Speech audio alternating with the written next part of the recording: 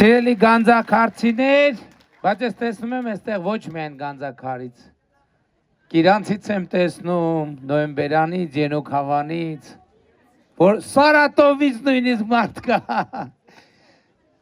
Ողջունում եմ բոլորիդ եւ ուրախ եմ բոլորիդ տեսնելու համար։ Ճիշտն ասած, հենց հատկապես այս րոպեից ես ինձ երջանիկ եմ զգում եւ ուզում եմ ասեմ, որովհետեւ ընդամենը րոպեներ առաջ անցել են Գանձակարի դպրոցի մոտով։ Այդ տեսարանը, որ տենում ես, դա ինձ համար երջանկության պատկեր է, երջանկության բառից բուն իմաստով։ Եվ ես գիտեմ, նու տարվա արդյունքներով, եւ ես գիտեմ, երբ որ ինձ լավ չեմ զգում, ինչ կարամ անեմ։ Ես Հանրապետությունում մենք այս որակի հարյուրավոր դպրոցներ են կառուցում, մի մաս ավար հիմա ճշգրիտ թիվը չեմ կարող ասեմ, թե ինչքան է կառուցվել, բայց ես գիտեմ, երբ որ ես հանկարծ էներգիայի պակաս ունեմ, լավ չզգամ, ինչ պետք է անեմ։ Ասենք ցանկացած տրամադրության մեջ ես գամ այս ճանապարհի մոտ, մի հատ աթոռ դնեմ նստեմ 10 րոպե նայեմ այդ դպրոցում, ես ինձ համար երաշխավորում եմ, որ ես ինչ երջանիկ կզգամ, որովհետև սա այն է, ինչով պետությունը պետք է զբաղվի, սա այն է, ինչով պետությունը պետք է զբաղվի, եւ ես ուրիշ բան եմ ասում, ավակ սերնդի ներկայացուցիչներ, այսինքն մեր սերունդը կա, ես Իջևանի թիվ 1 դպրոցն եմ ավարտել, որը իր ժամանակում համարվել է լավագույն դպրոցը բոլոր առումներով, բայց համաձայնեք ինձ հետ, որ խորհրդային միության ժամանակ, երբևէ, նույնիսկ Երևանում այս որակի դպրոց, երբևէ հայ ժողովրդի պատմության մեջ այս որակի դպրոց, երբևէ մենք չենք ունեցել, եւ սա է ամենակարևորը, որովհետեւ խնդիրը մենակ դպրոցը կառուցելը չի, խնդիրը կառուցելն է ինչպես, ինչ որակի, ինչի համար եւ ինչ էմոցիա եւ բովանդակություն դնելով։ Եվ մենք ամենակարևոր բանը, որ դպրոցի մեջ կա, այդ ցուցանակն է, որ երեխեքին ասում ենք, լավ սովորի, որ լավ ապրես, որովհետև մեզ պետք չի ուղղակի, որ 10 տարի, 12 տարի երեխեքը դպրոցը յոլա տանեն, հետո գնան ամեն մեկը իր դարդի մեջ տապակեն։ Դպրոցում մենք երեխային պետքա սովորեցնենք լավ ապրելու արվեստը, որովհետև հերիք է, մեր ժողովուրդը շատ է չարչարվել, յոլա գնալով, եւ այլ յոլա գնալու էջը մենք պետքա փակենք ժողովուրդ ջան, յոլա գնալու էջը պետքա փակենք եւ պետքա բացենք եւ բացել ենք արդեն լավ ապրելու էջը եւ մենք պետքա մեր երեխեքին մանկապարտեզից դպրոցից իրանց այնպիսի հմտություններ մենք փոխանցենք, որ իրանց համար շատ հեշտ դառնի աշխատելով լավ ապրելը։ Ես կրկին ուզում եմ մեզ բոլորից շնորհավորեմ այն փոփոխությունների առիթով, որ Գանձակարում կոնկրետ տեղի ունեցել։ Ճիշտ Իջևան խոշորացված համայնքում ենք։ Ես այս վերջերս խոսելով Երևանյան երկխոսություն դիվանագիտական ֆորում կա։ Ես բեմ բարձացա մի բան ասելու համար։ Ես ասացի Հայաստանի Հանրապետության աշխարհագրական դիրքը փոխվել է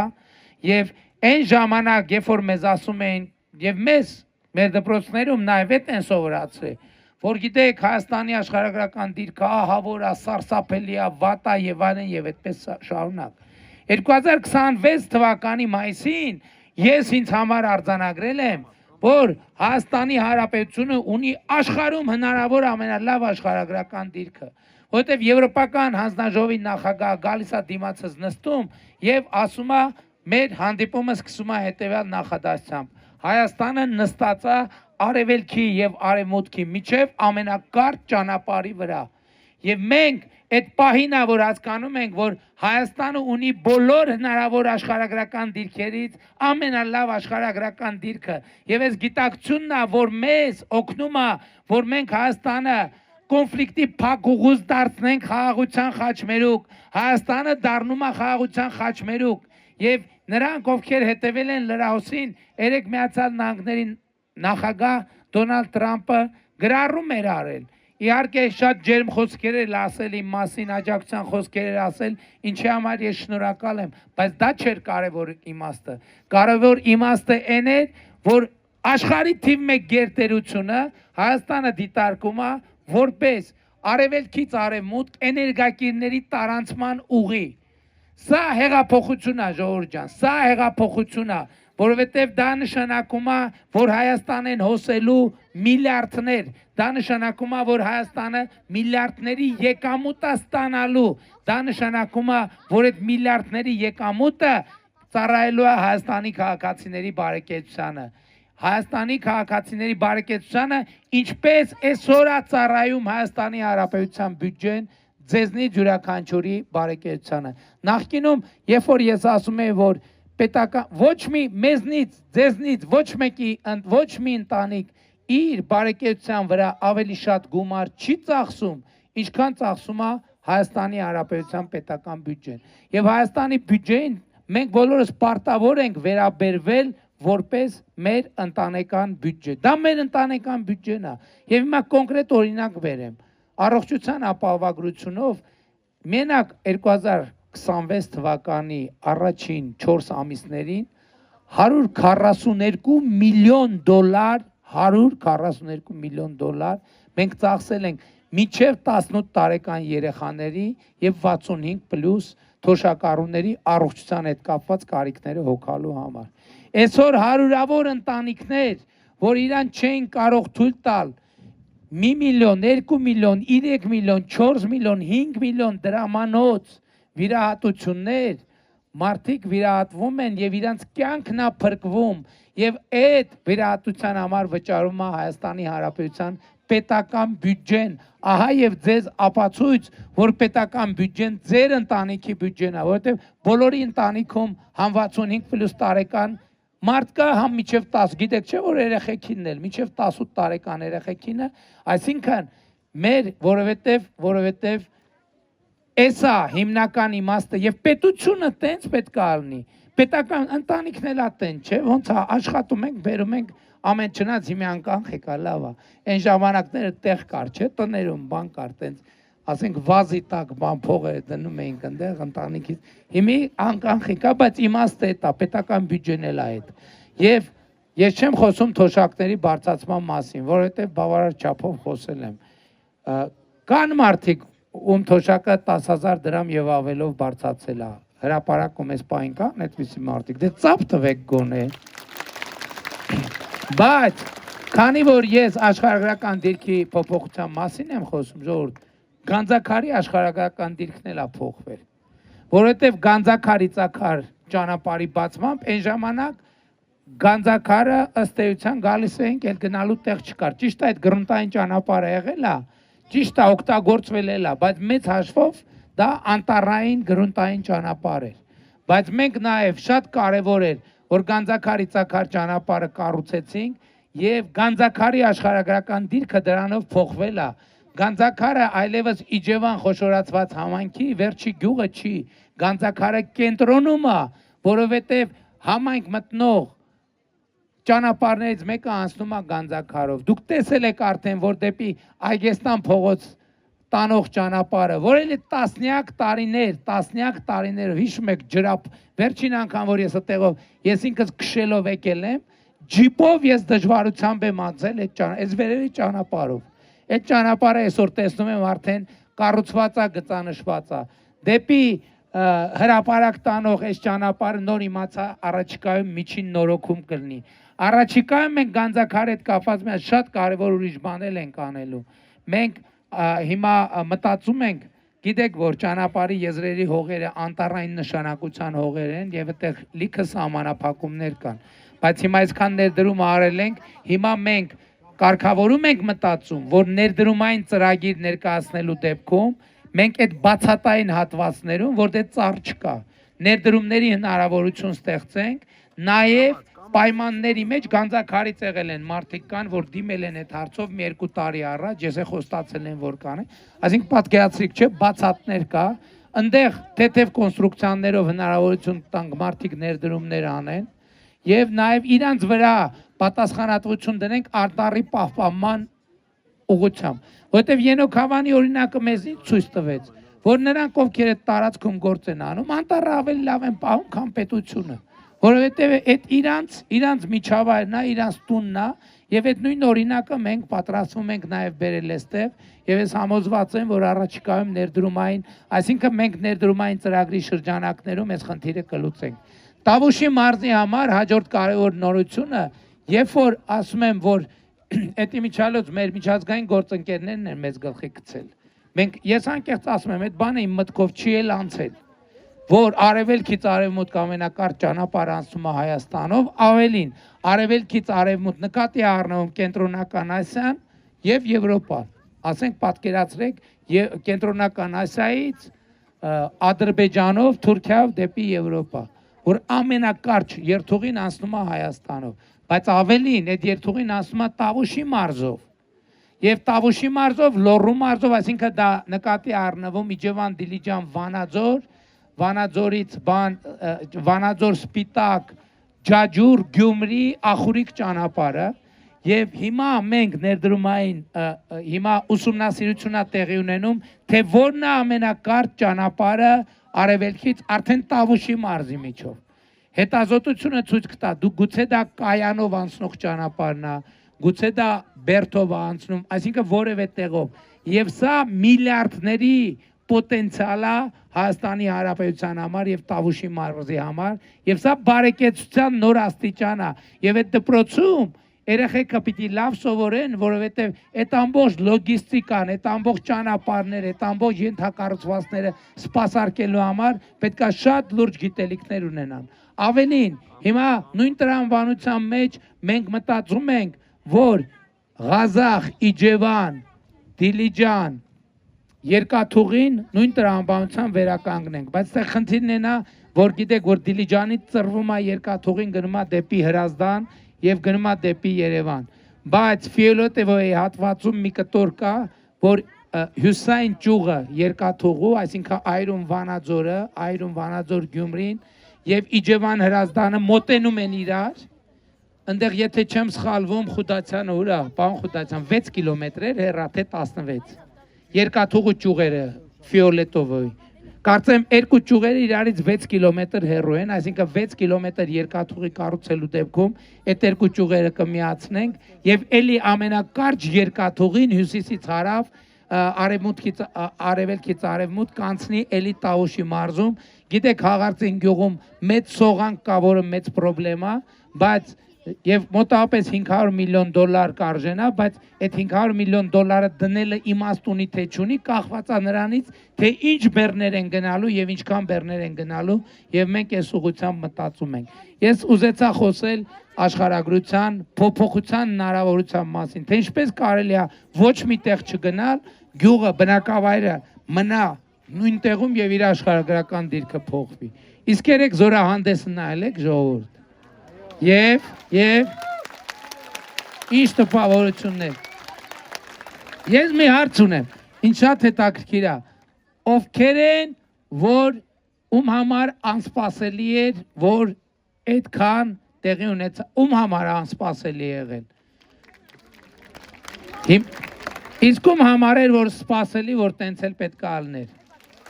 Բայց որտե՞ց գիտեք, խի պետք է սպասելի լիներ։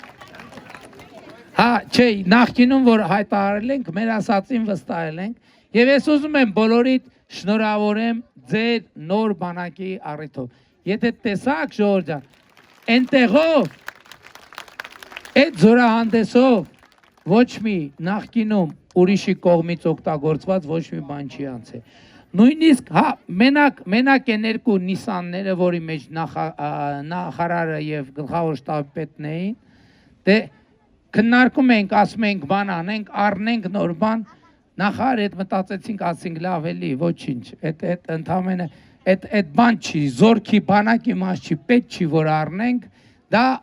հին եղածը կօգտագործենք։ Այդ զորահանդեսով նույնիսկ օգտագործած կոշիկ չի անցել, ժողովուրդ ջան, նույնիսկ օգտագործած կոշիկ չի անցել, նախկինից նույնիսկ կոշիկ չի եղել, եւ սա շատ կարևոր բան է, բայց ես ուզում եմ մենք մի հատ վերադառնանք եւ հիշենք, թե 2020 թվականից հետո ինչ էին ասում մեր մասին, ասում են բանակը քանդել են, բանակը քանդում են, բանակում ոչ մի բան չեն անում, պարտքը կրկնապատկել են, ես իմ ինչ են արել։ Մարդավատացել, հա։ Բժիշկ կա։ Մեր բժիշկը ուրա թող եկեք, ճանապարհ տվեք, ժողովուրդ, ճանապարհ տվեք։ ճանապարհ տվեք, այս կողմ։ Այդ պայուսակն էլ մոտեցրեք, բժշկական պայուսակը որտե՞ղ է մոտեցրեք։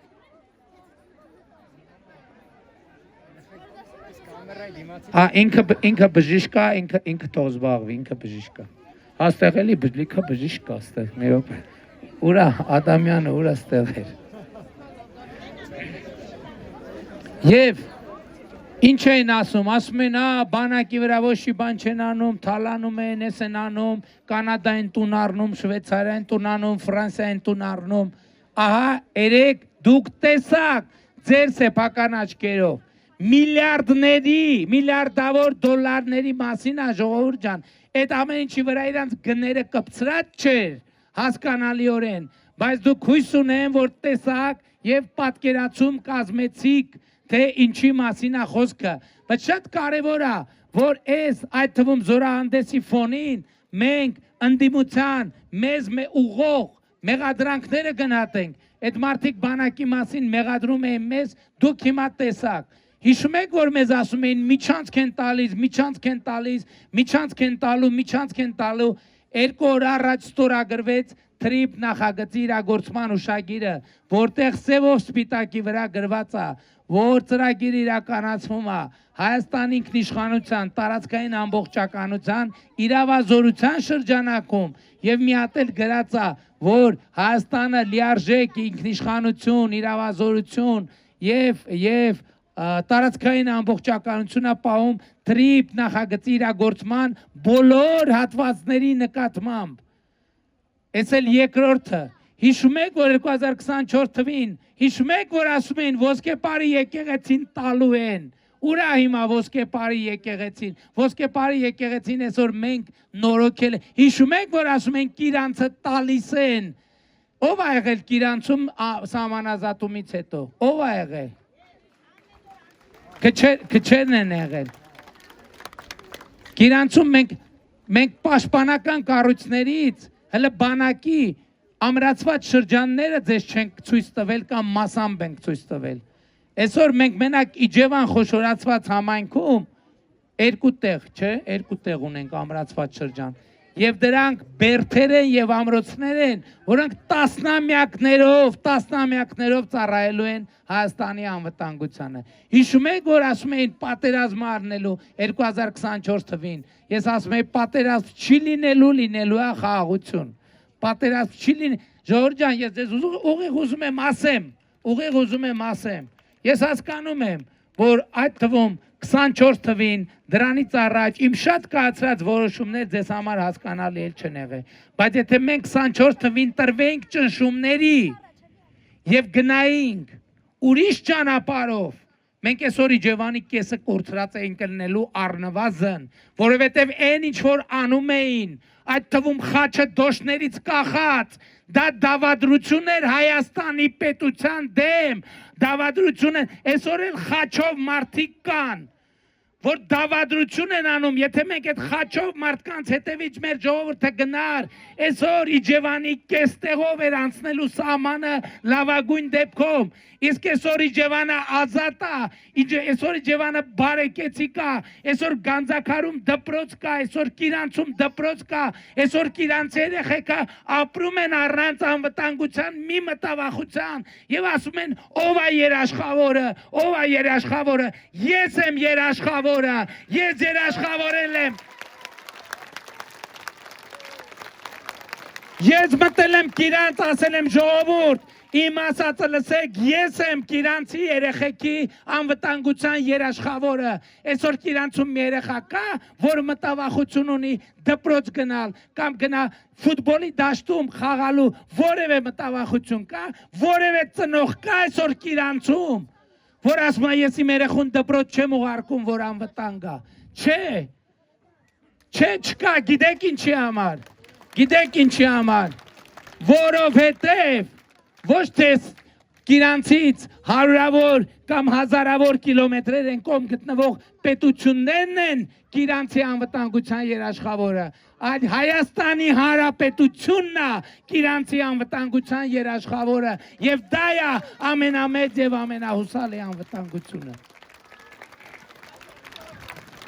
Բայց վաղը իհարկե դրա մասին էլ կխոսենք, Տավուշի մարզի ամենակարևոր նորություններից մեկը այն է, հա, հիմա էլ ինչի համար է ես ամեն ինչ ասում։ Ասում էին ես ալնելու են ալնելու, այդ ամեն ինչը տեսակ, հիմա էլ միլիոններ են ծախսում, որ ասեն 300,000 ադրբեջանցի է գալու Հայաստանում ապրի։ Այդ մարդը ասում եմ, դա գործակալ, լրտեսա, ուղարկված, այդ բանի հետևից եկողն է, այդ վեղարով քայլողի հետևից եկողն է։ Եվ մենք իրան էլ ենք ուղարկելու նրա մոտ, հազար ներողություն, ես ինքս հավատացյալ մարդ եմ, Հայաստանյաց առաքելական եկեղեցու հետևորդ եմ, ես, հա, էդ էլ եմ ասում, այս պատերազմի եռագլուխ կուսակցությունը ասում են, Փաշինյանը մեր եկեղեցու դեմ է, դուս եկել, մենք մեր արժեքներն ենք պաշտպանում, այն օր լրագրողներին ասեցի, բայց արձագանք չեղավ, ասցի բանին է, Գագոին է, Կալուգացուն է, Ռոբերտին է, մի հարց տվեք, ես այսօր մարտահրավեր եմ նետում իրանց իրեքին էլ, թող մտնեն ուղիղ եթեր, անկեղծ եմ ասում, թող մտնեն ուղիղ եթեր և առանց կողմնակի օգնության ասեն ավետարանը, կտակարանը ու աստվածաշունչը իրարից ինչով է տարբերվում, տեսեք շատ բարդ բան չեմ ասում, ես երաշխավորում եմ, որ իրանք չգիտեն դա, թող մտնեն, տեսեք, թող մտնեն ու ուղիղ եթեր,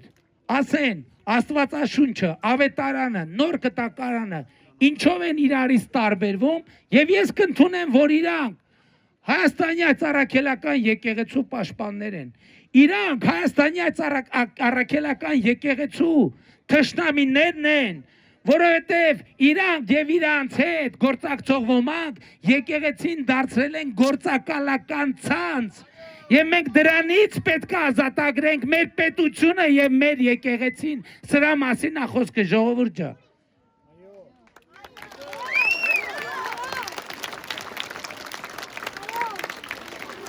Բայց իջևան խոշորացված համայնք հետ կապված մեծ շատ մեծ ու կարևոր նորություն կա։ Մինչև 20 տարեկանների ֆուտբոլի աշխարհի առաջնությունը 2029 թվականին տեղի է ունենալու Հայաստանի Հանրապետությունում, այդ թվում Իջևան խոշորացված համայնքում խմբային մրցաշարերից հանդիպումների շարքով ոնց որ ասցին 9-10 խաղ տեղի է ունենալու Իջևանում։ Եվ մենք Ենոք Հավանի տակ պետք է մինչև 2029 թվականը կառուցենք ստադիոն և Իջևան պատրաստվի 29 թվականին աշխարհի առաջնությունը դիմավորել։ Ժորժ ջան, այս ամեն ինչ իհարկե ինչ որ ասցի շատ կարևոր է, բայց միևնույնն է ամենակարևորը չի։ Ամենակարևորն այն է, որ Հայաստանի Հանրապետությունում հաստատվել է խաղաղություն և ես ձեզ շնորհավորում եմ այդ առիթով։ Եվ այս ընտրություններում ինչի մասին էլ խոսանք, ամենակարևոր հարցը հետևյալն է, Հայաստանի ժողովուրդը խաղաղությանը տեր կանգնելու է, թե տեր չի, հենա գրած է գանձաքարը տեր է։ Եվ էլի ասում եմ, 9 ամսական խաղաղությունը նման է 9 ամսական երեխայի, որտեղ 9 ամսական երեխա կա, նա այդ տան ամենամեծ ուրախությունն է, այդ տան երջանկությունն է և այդ տան ամենակարևոր անդամն է։ Բայց 9 ամսական խաղաղությունը 9 ամսական երեխայի հետ մեկ այլ ընդհանրություն էլ ունի։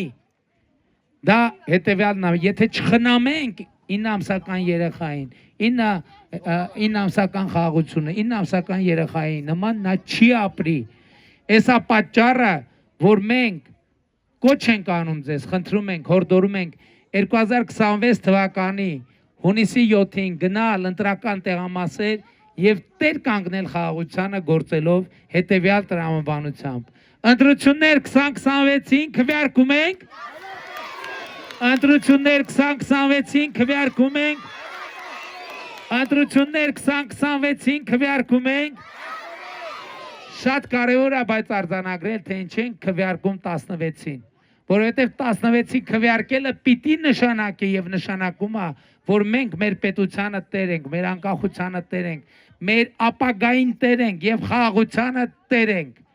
Եվ այստեղ ամենակարևոր հարցը ժողովուրդ ջան, հետևյալն է։ Գիտեք ինչ, 9 տարի առաջ Հայաստանում կար մարդկանց մի փոքր խումբ, որ ամեն ինչ որոշում էր։ Այդ մարդկանց խումբը այսօր համախմբված է պատերազմի երրագլուխ կուսակցության մեջ։ Իրանք որոշում էին ամեն ինչ, ով բիզնես անի, ով բիզնես չանի, ով արտահանի, ով ներմուծի, ընդհանուր ով իրան լավ զգա, ով իրան վատ զգա, ընդհանուր երբեմն իրանք մարդկանց ընկերությունների ճակատագրեր են որոշել եւ որոշում էին։ Ժողովուրդ ջան, այսօր իրանք այլևս ոչ մի բան չեն որոշում։ Եվ իրանք այսօր բավ է որոշում, ժողովուրդ ջան, դուք եք որոշում։ 2018 թվականից Հայաստանում ընտրությունների,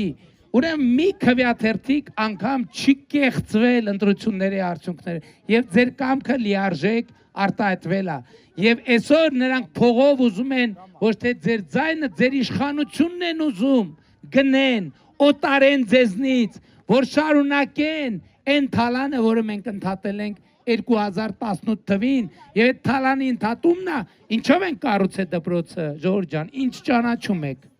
Իմ ազգուտակը ճանաչ, հորս տնից եմ բերել այդ փողը։ Այս ճանապարհը ինչով եմ կառուցել։ Այն մյուս ճանապարհները դրանց թալանչի թաթիկները ջարդելով եւ իրանց թալանածը պետական բյուջե բերելով եմ կառուցել։ Եվ այսօր ամենակարևոր բանն է, որ ձեզնից յուրաքանչյուրը առերեսվի են փաստի հետ, որ ինքնավորոշում, որ ընտրությունների արդյունքը պետության հետագա ճակատագիրը, խաղաղության հետագա ճակատագիրը, անկախության հետագա ճակատագիրը կախված է մի մարդուց, ընդամենը պատկերացնում եք մի մարդուց, եւ այդ մեկ մարդը դու ես, եւ այդ մեկ մարդը դու ես, եւ այդ մեկ մարդը դու ես, եւ այդ մեկ մարդը դու ես, եւ այդ մեկ մարդը դու ես,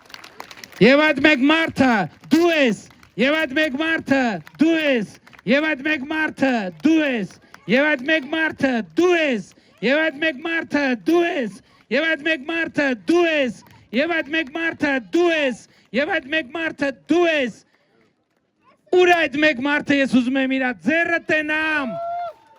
Եվ այս մարդկանց հավաքական ամբողջությունն է, որ կոչվում է Հայաստանի Հանրապետության հպարտ, արժանապատիվ եւ պետությանը տեր, պետականատեր ժողովուրդ։ Եվ ուրեմն ընտրություններ 2026-ին քվեարկում ենք, ընտրություններ 2026-ին քվեարկում ենք, ընտրություններ 2026-ին քվեարկում ենք, որովհետեւ պետությանը,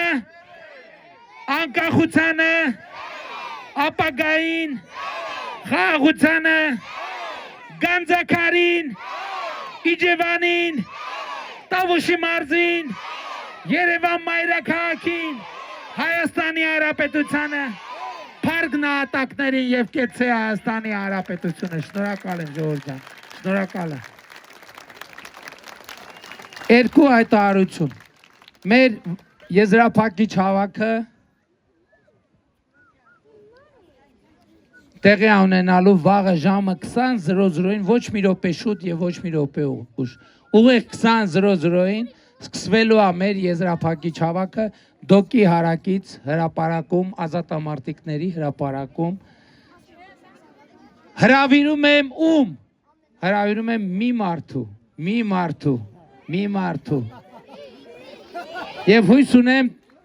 Եվ հույս ունեմ այդ մեկ մարդուն տեսնել վաղ 20:00 Դոկի հրապարակի մոտ ելույթներ կլինեն, կհնչեն ելույթներ, ես ելույթ կունենամ այդ մեկ մարդու համար եւ նաեւ կնվագեմ այդ մեկ մարդու համար վարչաբենդի կազմում։ Հավանիչ տեսանյութը եւ բաժանորդագրվիչ նորությունները բաց չթողնելու համար